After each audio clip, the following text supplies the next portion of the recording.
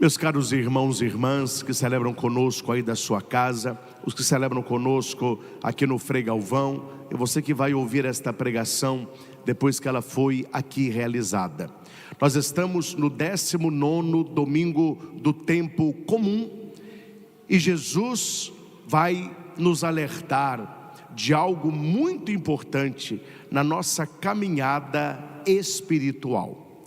Primeiro ponto, meus irmãos, é entendermos que nós estamos numa caminhada espiritual. Uma caminhada que deve ser alimentada diariamente. A celebração dominical é muito importante. Estarmos em comunidade celebrando a missa é essencial para a vida cristã católica, mas é preciso alimentar esta espiritualidade para que você não viva apenas de religiosidade. A religião é importante, mas precisamos alimentá-la. Duas colunas são essenciais: a oração e a vigilância. Repitamos: primeiro, oração. Segundo, vigilância. Elas são essenciais. Uma não excluirá a outra. Vida de oração é prioritária na vida do cristão. Já dizia bem os ditados por aí: saco vazio não para em pé. Como que nós vamos preencher a nossa alma, o nosso coração, a nossa vida? Pela oração. Tudo posso naquele que me fortalece. Repitamos: tudo posso naquele que me fortalece. Quem é este naquele? Jesus. Tudo posso em Jesus Cristo. Ele me fortalece. Amém? Como? Como que Deus fortalece o ser humano? Como que o Senhor nos fortalece na nossa caminhada diária? Pela oração. Santa Catarina de Sena vai dizer que aquele que ora é forte, aquele que não reza é fraco. Então a nossa força, ela vem da oração. Oração. E o texto do evangelho de hoje, Lucas 12, 32 a 48, além de tudo aquilo que Jesus fala, ele está nos cobrando uma atitude de vigilância. Vigilância sobre nós mesmos, vigilância sobre os outros e vigilância sobre o mal, as tentações do demônio. A pessoa que vive esta vida sem vigilância, ela vai deixar sair da sua vida o que era necessário que permanecesse. Ela vai deixar entrar na sua vida o que seria necessário que permanecesse de fora. Orai e vigiai, porque o diabo os rodeia como leão, procurando a quem devorar. Resisti-lhe firmes na fé. É por isso que a leitura que nós ouvimos, a segunda leitura, ela tem um hino maravilhoso a respeito da fé. Fé que não é apenas crença, fé que é vida, fé que é entrega, fé que é vigilância. E aqui vai citar homens e mulheres que não esperaram em Deus, mas que fizeram algo na direção de que Deus queria para eles. Para nós, meus irmãos, fica uma dica para a nossa oração da manhã.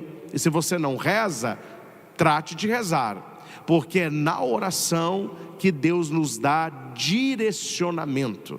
É na oração que nós vamos conhecendo qual é a vontade de Deus para nós. Infelizmente, muitas pessoas não rezam, e algumas que rezam, rezam errado. Na cabeça de algumas pessoas, oração equivale a petição. Na cabeça delas, oração é pedir. Então elas rezam, elas pedem, elas pedem, elas pedem, elas pedem. Aí quando a vida está boa, elas não rezam, porque não precisa pedir. Aí aparece uma necessidade, elas começam a rezar de novo para pedir. Só que aqui há uma inversão de lugar. Quando você tem uma oração de petição, você está pedindo para que o Senhor realize. Geralmente, quem pede é o patrão, quem realiza é o empregado. É o patrão que pede: faça isso, faça aquilo, vá para tal lugar, traga. A gente inverteu. Parece que Deus, Ele é o realizador dos nossos desejos, como o gênio da lâmpada. Você vai pedindo e Ele vai realizando. Santo Afonso Maria de Ligório vai dizer que oração não é para que Deus faça o que nós queremos, é para que nós tenhamos força para realizarmos o que Deus quer. Por isso que a oração é necessária, para que estejamos com os nossos bens aonde eles devem estar, e o nosso coração aonde ele precisa estar. É por isso que a oração, ela faz par com a vigilância, que se você reza e não vigia, você está desprotegido. Mas se você vigia sem oração, você é uma pessoa fraca, e a vigilância será estéril. É por isso que no evangelho de hoje, Jesus começa com uma boa notícia. Antes de tudo aquilo que Jesus disse, Ele nos dá uma boa notícia: não tenhais medo. O medo paralisa, o medo arranca a graça, o medo tira a beleza da própria vida.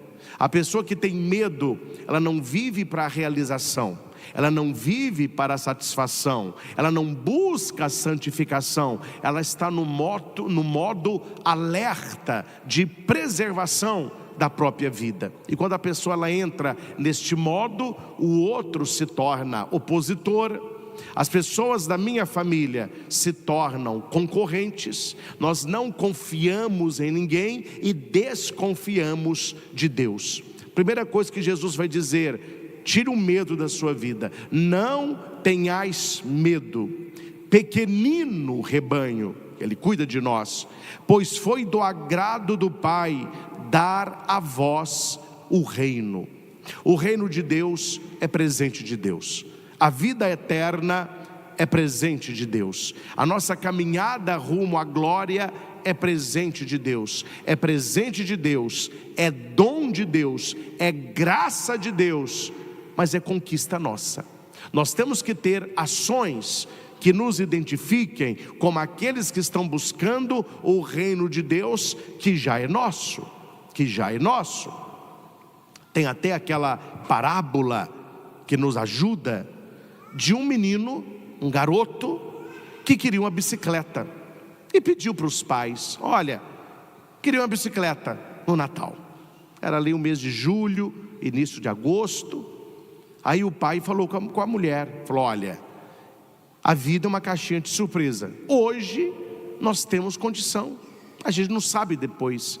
Então vamos aproveitar que nós estamos numa época mais tranquila financeiramente, e já vamos comprar essa bike.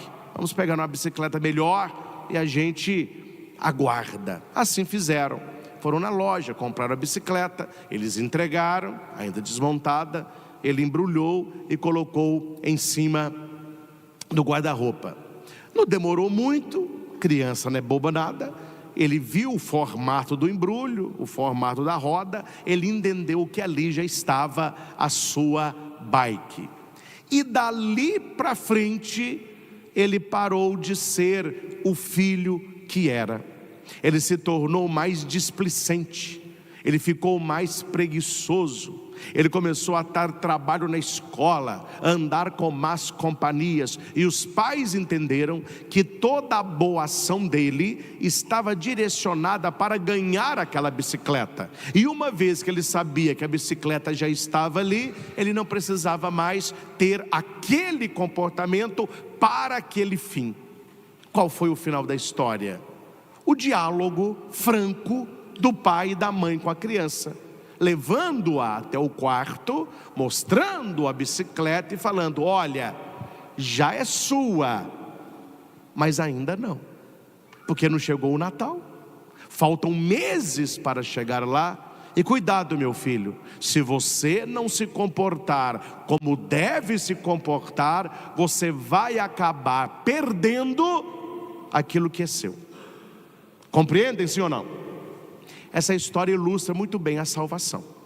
Deus nos concede a graça da vida eterna. O ser humano não pode fazer absolutamente nada para ganhar o céu. O céu não se ganha, o céu não se conquista, o céu se recebe na graça. Não é barganha com Deus. Nós, cristãos católicos, não barganhamos com Deus. Eu vou ser uma pessoa caridosa para eu ter o reino dos céus. Eu vou dar esmola para eu ter o reino dos céus. Eu vou fazer jejum. Não, isso é interesse.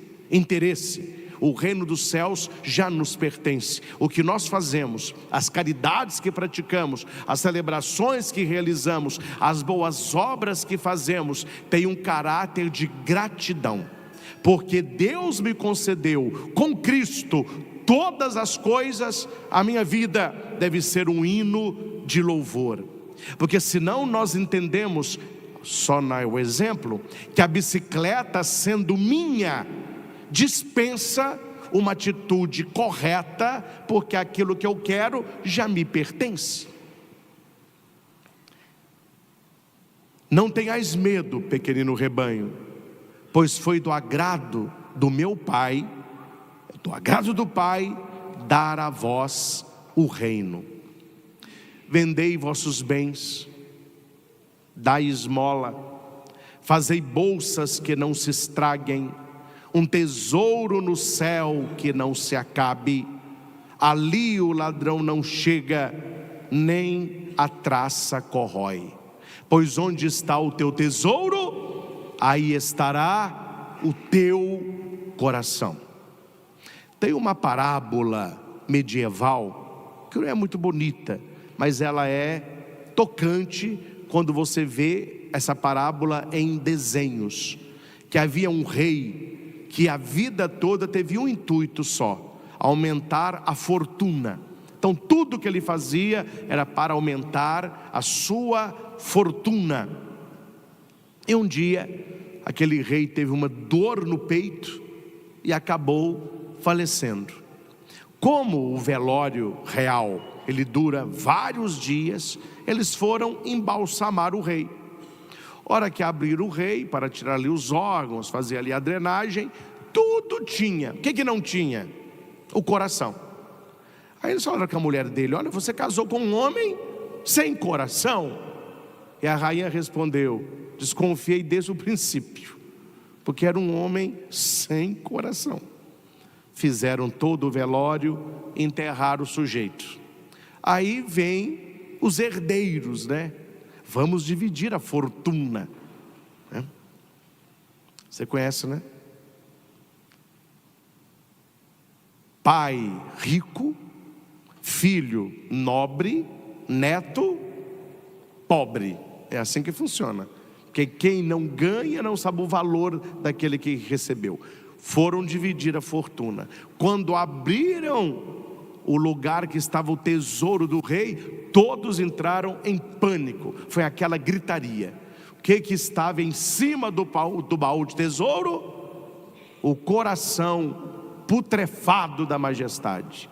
Aí eles ilustram essa história. No final as pessoas com nojo, aquele órgão ali com vermes, e alguém disse: bem que disse o bom mestre, onde está o teu tesouro, aí estará o teu coração. E a pergunta hoje é: qual é o teu tesouro? Da dona Florinda é o Kiko, né?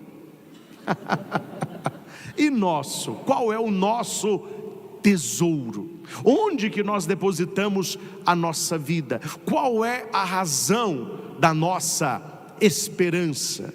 Toda missa que você participa, a igreja é muito sábia. A liturgia, ela é perfeita, porque ela é ao mesmo tempo catequética, ela é dogmática, ela é bíblica. Toda missa que você participa, o padre diz: o Senhor esteja convosco. Ele está no meio de nós. O que é esse meio? Que meio que é esse? É porque o meio é o lugar onde em volta dele todas as direções, todas as distâncias são iguais. Significa que nós estamos em torno do Cristo. Ele é o centro, nós estamos em torno dele. Aí vem a segunda colocação: corações ao alto. O que a gente responde? O nosso coração está em Deus. Qual é o nosso tesouro? Deus. Não há tesouro maior. E Jesus já falou sobre isso, não falou? Tem gente que procura tesouro.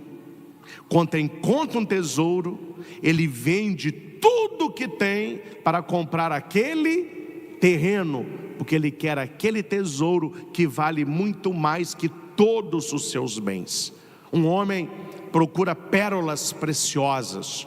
Quando a encontra, ele a esconde, vende tudo que tem para adquirir aquela pérola. A pergunta é: quem é o nosso tesouro? Quem é esta pérola? É Jesus Cristo. É Jesus Cristo. É por isso que a leitura fala que nós devemos ter uma riqueza aonde a traça não corrói, aonde o ladrão não chega, porque onde está o teu tesouro, estará o teu coração. E Jesus continua no Evangelho pedindo atitude. Atitude. Tem um texto bíblico que eu usei no encontro de casais, foi semana passada em Maringá, onde eu tirei a questão da fé e coloquei o amor, porque era uma pregação direcionada para casais. E vou dizer o texto original e vou substituir para vocês entenderem. A Bíblia diz o seguinte: Tiago, mostra-me a tua fé sem obras, e eu te mostrarei a minha fé pelas obras. Porque é palpável, né? Para os casais eu falava um pouco diferente, mas com o sentido que é este: mostra-me o teu amor sem atitude, e eu te mostrarei o meu amor pelas atitudes. Porque a palavra que não vem acompanhada de uma atitude concreta, ela é vã. Ela é vã. Você pode dizer: ah, eu sou um milionário, e você ser, como diz o bom mineiro, um pé rapado. A palavra que não confere a realidade, palavra é. Eu vou dar um exemplo bem assim, simples, porque eu não tenho dinheiro para advogado, mas vocês são inteligentes. Qual é o mundo que nós vivemos hoje? O mundo pautado pela palavra, pela ideia e não pela realidade. Falta não apenas teologia, mas falta filosofia.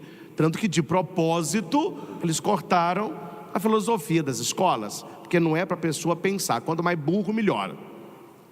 Qual é a ditadura que nós vivemos hoje?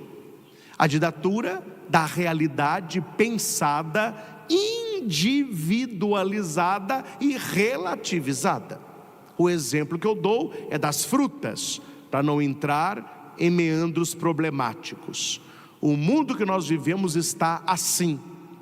O limão, ele vai dizer para você: eu sou morango. E ai de quem falar que ele é um limão. Ele vai te processar. Seu perfil na internet vai cair. Eles vão correr atrás de você, porque não vale mais a realidade. A realidade perdeu totalmente o valor. O que vale é o que está na cabeça de gente louca, gente doida. Porque o limão quer ser o morango e ele quer ser tratado como morango, e você tem que chupá-lo e tem que que docinho. E ele se acha.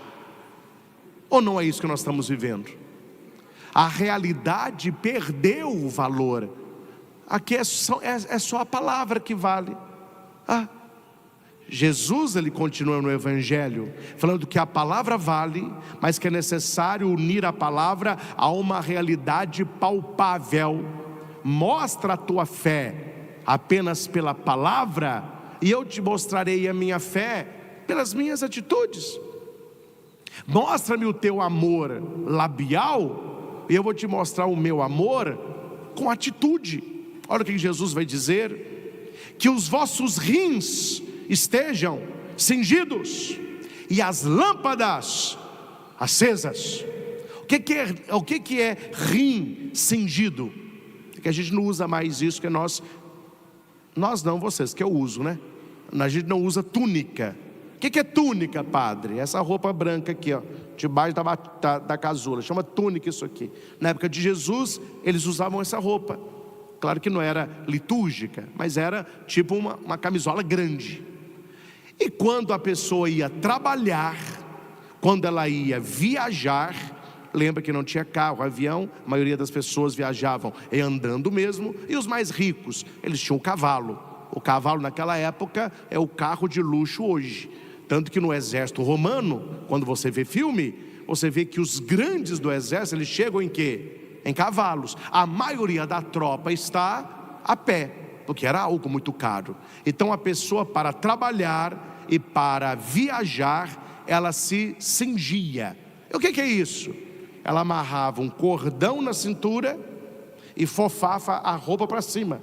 Aí a túnica subia até a altura do joelho. Ele podia andar com mais rapidez, ele podia trabalhar com mais agilidade. Então quando Jesus fala que os nossos rins estejam cingidos, Ele quer que nós estejamos prontos para a caminhada e para o trabalho. Caminhada de santidade, trabalho nas coisas de Deus. E aqui Ele nos mostra que não é de dia, que se fosse de dia, nós não precisávamos estar com as lâmpadas acesas. Essa lâmpada acesa é a fé, essas são as virtudes teologais, é o amor, é a esperança. Então, cristãos prontos, preparados, com a fé que ilumina este mundo, prontos para manifestar esta nossa adesão ao verdadeiro tesouro. Porque senão, gente, a coisa, né? Você vai à missa e diz: meu coração está em Deus, o meu tesouro é Jesus. Aí na missa a gente repete, né? O padre fala, repete, a todo mundo, meu amor é Jesus. É bonito isso. Aí acaba a missa. Qual é o nosso amor? Às vezes que o nosso amor é o dinheiro, é o prestígio, é a posição social, pode ser alguém, pode ser algo, e ali está o nosso coração. E de vez em quando você traz o coração para Deus, mas terminou a missa, me dá o coração de volta, deixa eu colocá-lo nos meus tesouros. Tesouro que o ladrão rouba e que a traça corrói. Sede como homens que estão esperando seu senhor voltar de uma festa de casamento, para abrir a porta imediatamente quando ele chegar. A gente não entende isso, que hoje o casamento ele é breve, o nosso casamento é breve. Tem a cerimônia na igreja, o sacramento, vai durar ali 45, uma hora, casamento bem celebrado, 1 hora. Tem os cumprimentos, quando tem na porta da igreja, vai mais ali 40 minutos. Tem a festa, por maior que a festa seja, ela vai durar 1 noite. Tem festa, quando o casamento é à noite, fala casamento chique, né? 8 horas da noite é o casamento. A noiva chega às 9h30, o padre sofreu um infarto de raiva, né? Chega às 9h30. Aí o casamento vai dar umas 10h30, é só de propósito, é para badalar, é para badalar. Aí o casamento termina ali perto de 10, né? Hoje não tem mais isso, mas quando era Coroinha e Itaúna, os casamentos da alta sociedade era 9 horas da noite, era tarde, né? Porque dali eles vão para um clube, aí vão dançar, tem lá toda aquela pompa dos casamentos. E tem casamento que tem o café da manhã. Já participaram? Você vai virar à noite, então servem o café da manhã. Aquele café da manhã, gentilmente, são os noivos falando: acabou. Senão o povo não vai embora não, acha que vai ter almoço, né? Que hora que é o almoço? Eu falei, não, meu filho, Isso aqui, né? Acabou. O café da manhã é para fechar o clube. Por mais que um casamento dure, ele dura a festa uma madrugada toda. Ou se um casamento for de manhã, tem um almoço, pode estender tarde e noite. Nesta época de Jesus, o casamento durava uma semana. Era uma semana de festa. Imagina, hein? Imagina, hein? Os convidados da sua casa, uma semana comendo e bebendo. O povo também não tem desconfiômetro não, né, gente? Incomoda, mas tudo bem. Uma semana. É por isso que Jesus fala: se você fosse um bom empregado, você estaria com os rins cingidos, com a lamparina acesa, porque tem uma semana de festa. Mas você não sabe se o seu patrão vai ficar lá uma semana. Pode ser que ele chegue numa hora inesperada. Você não sabe que hora que ele vai chegar. Feliz do empregado. Olha o que Jesus está falando. Feliz do empregado que quando o patrão bater na porta, o encontra rins cingidos, lâmpada acesa e pronto para recebê-lo. Amém? Quem que é este que pode chegar a qualquer momento? Jesus. A igreja está vivendo um tempo fantástico e que nós deveríamos agradecer mais a Deus o tempo que nós vivemos e o tempo que nós nascemos. Nós estamos vivendo algo que a Bíblia vai dizer que muitos gostariam de ver o que nós vemos, não viram, ouvir o que ouvimos, não ouviram. Nós estamos depois da ascensão e antes da parousia. Quem vai dizer isso é o catecismo da Igreja Católica. O tempo da igreja é um tempo depois da ascensão e antes da parousia. Por que depois da ascensão? Porque Jesus subiu aos céus. Nós nascemos depois disso, mas o Senhor ainda não retornou. Então nós aguardamos a sua volta, que é a parousia. E o que eu faço neste tempo, depois da ascensão e antes da parousia? Oração, vigilância, testemunho. Feliz do empregado que quando o patrão voltar, veja que ele estava esperando. Um exemplo curto, mas eu gosto de analogia, porque a nossa mente ela assimila melhor quando você faz comparações. Por isso que Jesus contava muito parábola. Me contaram que nos Estados Unidos, aquelas, como você vê em filme, aquelas casas uma de frente para a outra, não tem grade, não tem nada, aquelas ruas bem tranquilas. Duas famílias, os pais trabalhavam na mesma empresa e eles tiveram um congresso. O congresso era de quarta a domingo. Aqueles pais combinaram de irem juntos. E eles tinham filhos, adolescentes e jovens. E falaram para os filhos: olha, nós estamos indo para um congresso essa semana. Nós vamos na quarta-feira, depois do almoço. O congresso é quarta à noite até sábado à tarde. Nós vamos aproveitar que estamos lá para darmos um passeio só no sábado à noite e já retornamos no domingo de manhã. Sejam responsáveis, cuidem da casa. A pessoa que vem limpar, ela vem no mesmo dia, vai cozinhar para vocês. Cuidem da casa, como se nós estivéssemos aqui. A casa da frente, os filhos, eles eram mais responsáveis. Continuaram na rotina normal. Escola, almoçavam na escola, esporte à tarde, estudavam, sujavam vasilhas, eles lavavam, de manhã arrumavam a cama, tudo na normalidade. Como era? A mulher foi, cozinhou, limpou a casa. Os do lado de cá pensaram assim: é tudo que a gente queria, vamos farriar. Começaram a chamar os colegas da escola. E você sabe que os colegas da escola estão preocupados com tudo menos com a organização da casa.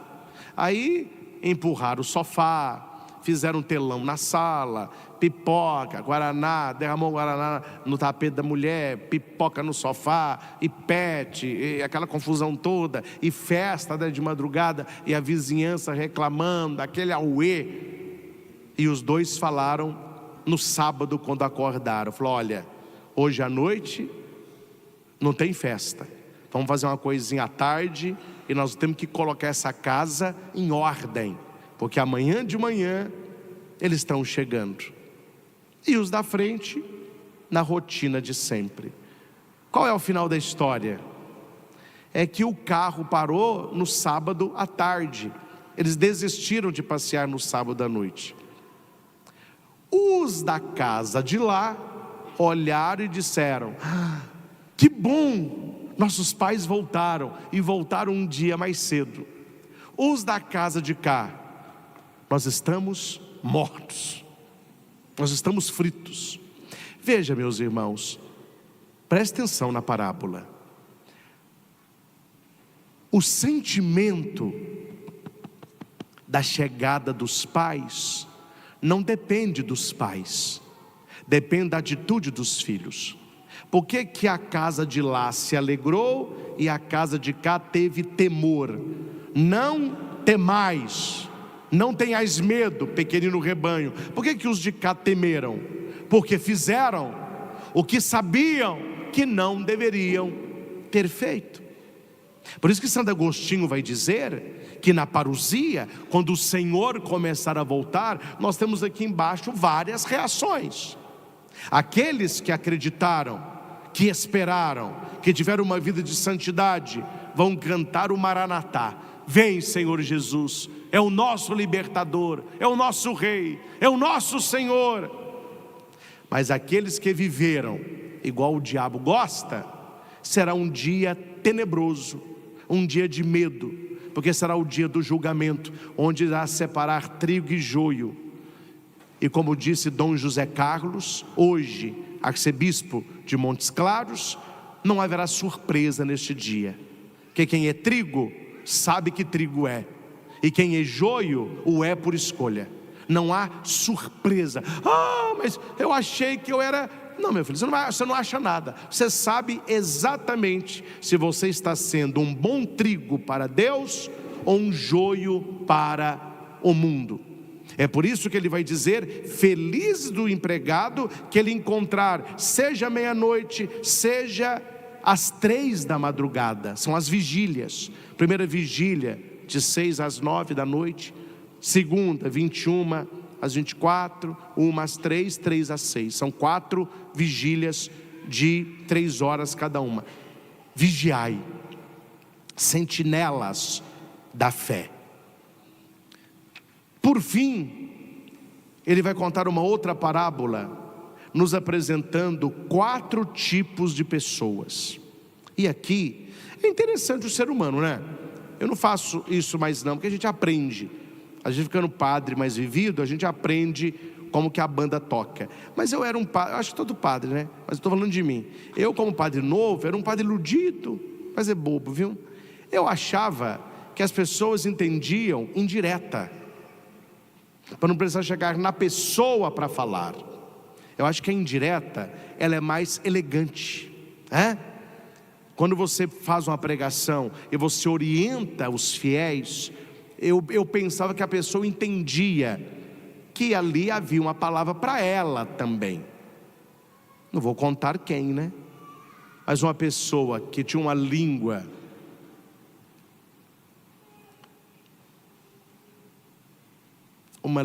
de réptil, se é que você entende.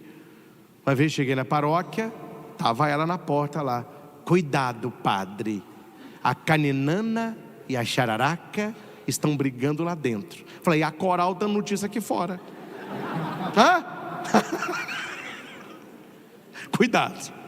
Cuidado com isso. Aí eu falava nas homilias e julgava indireta: olha, meus irmãos, sejamos mais amigos.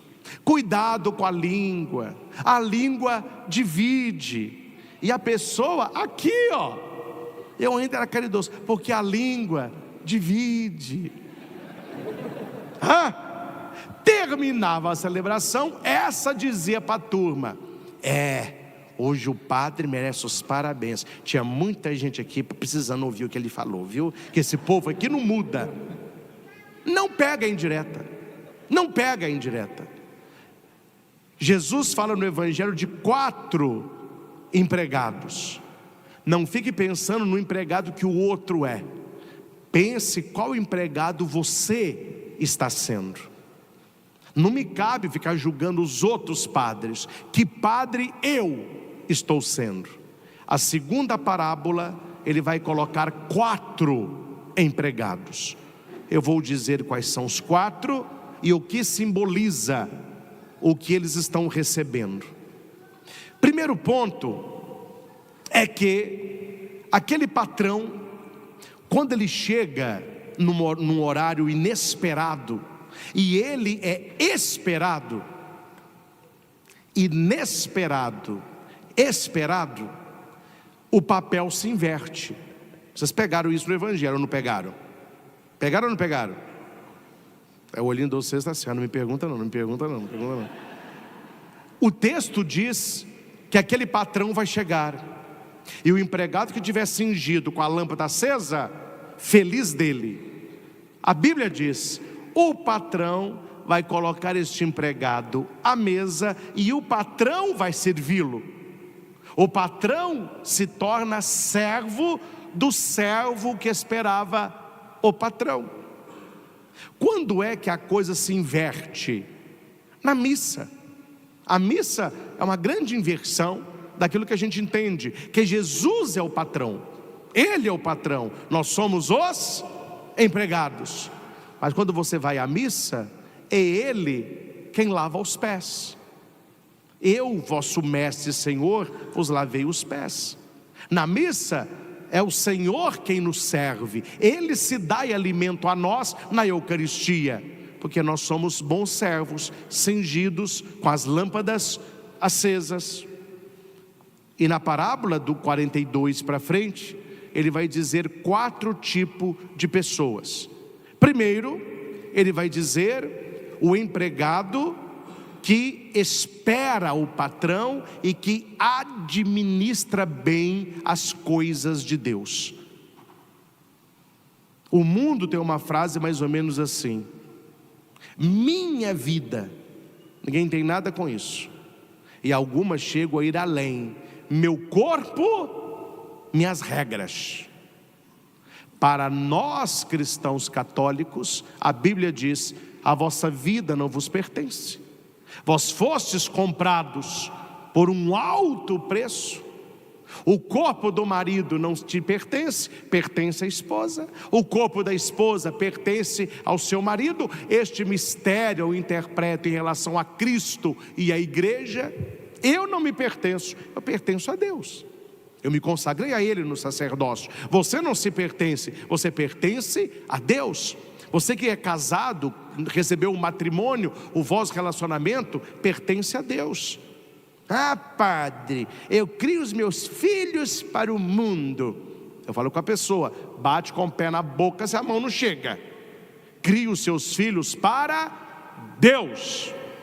Aí você cria os filhos para o mundo. Aí depois que o filho cai no mundo, você vem rezando para trazê-los para Deus. Eu não entendo esse pessoal.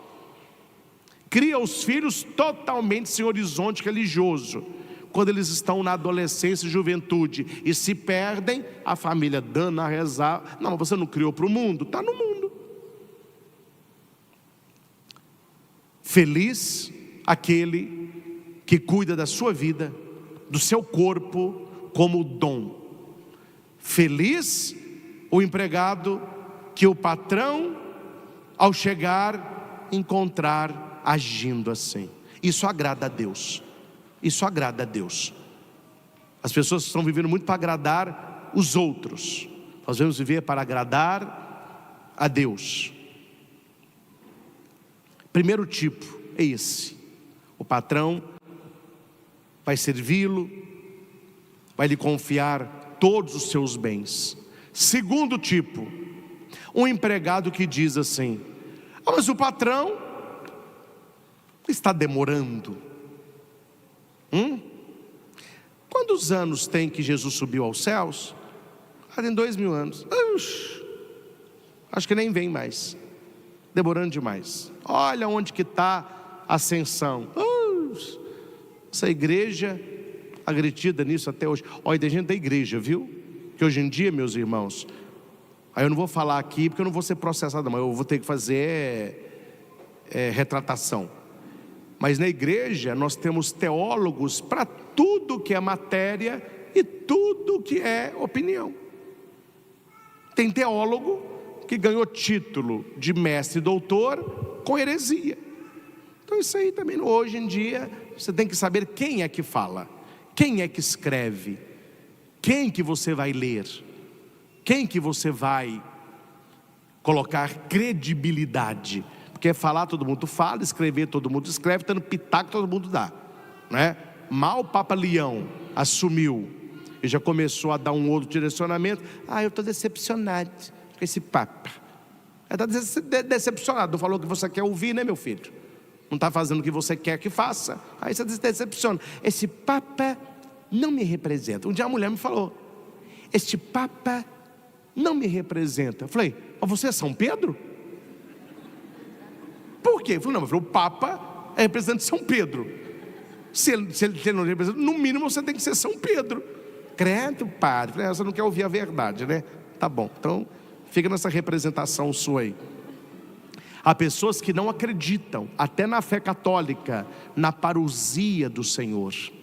Leia catecismo, leia a Sagrada Escritura. Jesus voltará em esplendor e glória. Nem Jesus sabe quando será a volta dele. Que eles perguntaram: quando que será isso? Jesus respondeu: só o meu Pai sabe. Então Nostradamus, Mãe de Ná, tio, parente santo, nada disso sabe. Só Deus sabe. E quando Jesus subir aos céus, os discípulos,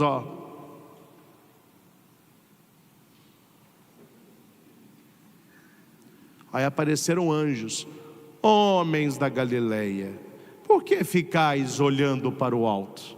Este Cristo que o viste subir, voltará em esplendor e glória. Nós estamos debaixo desta promessa. O Senhor voltará em esplendor. Lembra os pais voltando lá do congresso? Vai ser alegria ou desespero? Depende da vida que a gente leva. Vai ser santificação ou condenação? Depende da vida que a gente leva. Vai ser alegria ou tristeza? Depende da vida que a gente leva. Se ele falar: meu patrão está demorando, aí começa a espancar o criado, espancar a criada, comer, beber, embriagar-se. E aqui para nós, o povo que come e o povo que bebe, viu? Comer, beber, embriagar-se. O senhor daquele empregado chegará num dia inesperado e numa hora imprevista. O ladrão. Eu não sei se pode falar ladrão. Vou ser processado, não. Eu vou ser mais politicamente correto, porque eu não sou politicamente correto, mas serei agora. Aquele indivíduo que quer usurpar os seus bens, ele liga avisando: alô? Pois não, é Padre Shankar, o próprio. Quem está falando é o próprio. Tá bom, próprio. Chama o Padre Cristo Shankar. Falei: não, o próprio sou eu. Tá bom. Só para te avisar o seguinte: essa madrugada eu vou ir na sua casa roubar. Você pode falar que hora mais ou menos? Porque eu não gosto de perder meu sono, ficar a madrugada toda te esperando. Não, 2h15 da madrugada. Tá bom. Isso funciona? É assim que funciona? Não. E Jesus fala: se você soubesse a hora que o ladrão viria, você ficava lá vigiando. Como você não sabe a hora, que hora que nós devemos vigiar? Toda hora. Você saiu de casa para vir à missa. Após que alguém falou, trancou a porta, fechou o portão, parou o carro aqui perto do santuário, trancou a porta, ligou o alarme. É assim ou não é? Porque nós estamos esperando o O segundo aqui não. Ele não acredita que Cristo voltará. Cristo está demorando, então eu vou curtir a minha vida, eu vou aproveitar. Jesus fala: quando o patrão chegar, vai te partir ao meio, meu filho, ao meio. É o segundo tipo. Nós temos, aí eu vou explicar depois. Nós temos o terceiro tipo, aquele que conhecia a vontade de Deus. Esse é o terceiro tipo, mas não preparou nada e não agiu com a sua vontade.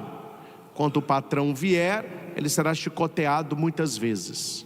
O quarto tipo, aquele que não conhecia a vontade do Senhor, mas fez coisas que merecem castigo, será chicoteado poucas vezes. Não sou eu quem interpreto este texto, mas é Santo Agostinho.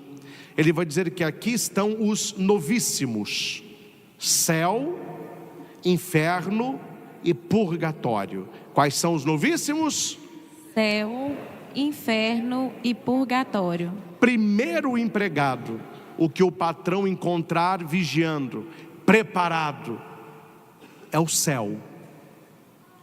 O que não preparou e que viveu a vida para pecar, este é o inferno. E aquele que conhecia a vontade, ou que talvez não conhecia, mas precisa receber algum castigo, o inferno parte no meio. Os outros é só uma chicotada. Esses simbolizam o purgatório. O bom empregado, céu. O que nada preparou e viveu longe de Deus, inferno. E aquele que merece alguma correção antes de ir para a mesa do patrão, purgatório. Meus irmãos, finalizo lembrando de Carlo Acutis. Beato Carlo Acutis. Daqui a pouco santo. O que Carlo Acutis falava para ele toda manhã? Olha bonito, não é para os outros não, é para ele. No io, ma Dio. Não eu, mas Deus. A imagem de Carlo Acutis tem no pezinho dele, no io, ma Dio. Uma blusa bonita que eu vi lá em Curitiba, nas costas. No io, ma Dio. Não eu, mas Deus. E ele dizia para os pais dele: eu não quero passar no purgatório, eu quero ir para o céu. Não é medíocre, né? De vez em quando a pessoa me fala: ô padre, o senhor sabe comer, né? Eu não sei não, comer. Como é que é? Ah, porque entrar no céu direto não é mole não, eu vou ter que dar um tss, tss, no purgatório. Mas a pessoa está vivendo uma vida medíocre, né? Ela está querendo um tss, entendeu? Abre o olho que sua batata está assando, viu, meu filho? Você que quer ir para o céu, pode ser que você dê uma passada no purgatório. Mas você que está vivendo uma vida para dar uma passada no purgatório, vai que você escorrega da bandeja e cai no fogo, hein? Vai que a sua chapa esquenta e você nem na chapa fica. Qual que é o nosso intuito? É o céu. Qual que é o meu intuito? É morrer, meu filho, e ver a glória de Deus. Se eu vou conseguir, é outros 500. Mas o meu intuito é esse. O meu intuito é olhar para a bicicleta em cima do guarda-roupa e pensar: agora que o meu pai já comprou, eu tenho que ser um filho ainda melhor. Em gratidão, não é interesse pela bicicleta, é gratidão pelo trabalho do meu pai, gratidão pelo cuidado da minha mãe. A nossa vida de santidade, ela não é uma vida interesseira, ela é uma vida também na graça. Agradecer por aquilo que Deus nos concede, por aquilo que Deus nos dá. Espero que você que ouviu esta pregação, raramente eu falo isso, mas esta pregação vale a pena você voltar e ouvir de novo. Vale a pena ouvir de novo, tá bom? Partilhe com a sua família, com seus amigos. Escute esta pregação no seu grupo de casais, na pastoral que você serve. Quanta coisa boa nós aprendemos, principalmente aqueles que trabalham na igreja, nas equipes, nas pastorais. Não vale apenas o trabalho, porque tem empregado que é bom, tem empregado que é ruim, tem empregado que está partido ao meio. Precisamos ser um bom operário, rins cingidos, lâmpadas nas mãos, uma vida de santidade, aguardando o Cristo que vem. Sejamos assim e oremos para aqueles que dormem, para que acordem para a fé, porque há a vitória que vence este mundo, a nossa fé. Ao Senhor Jesus, que chegará numa hora inesperada, sem aviso, toda honra, toda glória e todo louvor. Louvado seja nosso Senhor Jesus Cristo, para sempre seja louvado.